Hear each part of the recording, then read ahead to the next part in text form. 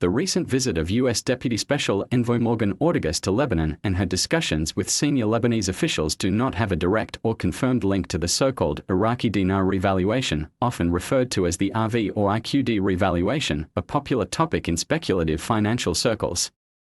However, here's how some might speculatively try to connect the dots. 1. Regional stability and economic reform context. The meeting between Ortagus and Lebanese officials focused heavily on ceasefire and security in southern Lebanon, UN Resolution 1701 and military positioning, economic reforms and IMF negotiations. Link to the Dinar RV narrative, speculative view. Some believers in the Dinar RV theory argue that regional stability and Western-backed reforms in countries like Lebanon, Iraq, and Syria are part of a broader push for a Middle East economic reset or restructuring.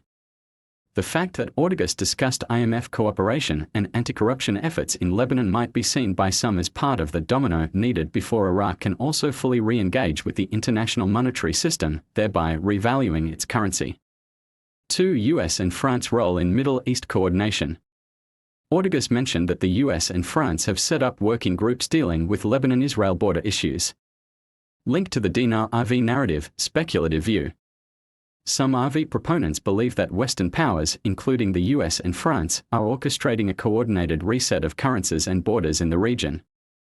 They might see this as indirect evidence that Iraq is part of broader international efforts toward economic normalization and, potentially, a currency reset. 3. Lebanon's economic crisis and IMF talks. Lebanon, like Iraq, is dealing with a deep economic crisis and is seeking IMF assistance. This mirrors Iraq's own slow-moving reform agenda. Link to the Dinar RV narrative, speculative view. RV enthusiasts sometimes interpret IMF involvement as a signal of upcoming currency valuation shifts, believing that reforms and IMF agreements are preconditions for revaluation. Final thoughts. While these developments are significant in geopolitical and economic terms, there is no official or verified connection between US diplomatic moves in Lebanon and any revaluation of the Iraqi dinar. Much of what links these topics together in online discourse stems from speculation rather than official policy or monetary planning. If you're following the Dinar RV idea, I can break down the latest facts versus theories around it. Just let me know how deep you want to go.